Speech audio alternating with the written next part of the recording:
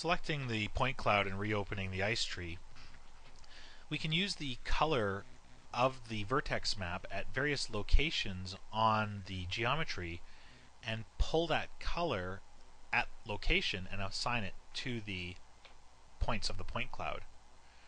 To do this, we're going to use a geometry query. And if you look under Tool, Geometry Queries, one of the interesting tools we can use is Get Closest Location. Through returning a location, we can pull any attribute from that location where geometry and position are closest. The geometry, of course, that I'm using is once again the cigarette geo, and the position that I'm using is the position of each of the particles in the point cloud.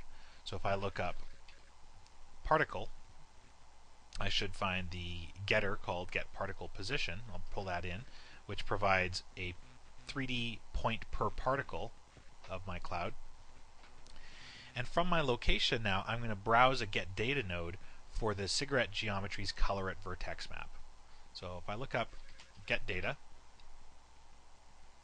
add it to my favorites because it's something I use quite a bit. I'll go and explore the cigarette geo vertex color map for the colors attribute. So you'll see that the colors attribute outputs a color, but we're not actually getting the color at location until we output the location as the source for our color at vertex map. Now, the problem that we have here is that the get data isn't resolving because we don't want to get the cigarette geo's color at vertex colors. We actually want to get the particle positions color at the vertex map location.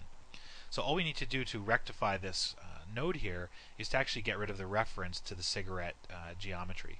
It's already assumed that we're getting the cigarette geometry in the get data, so we're actually just kind of daisy chaining and using cigarette geo as our name here.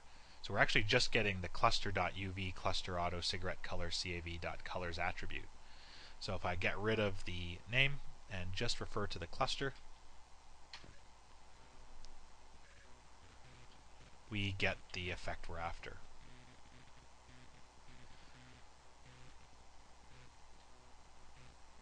So I could do a little comment here on that branch. Maybe what I'll do is just copy paste a couple times just to kind of clean this up. If I get a group comment, I'll use this for the position, closest location, and the get colors. So get particle color at closest location on geo using the CAV map. I'll word wrap that, so at least I have a pretty good idea of what this series of nodes now does.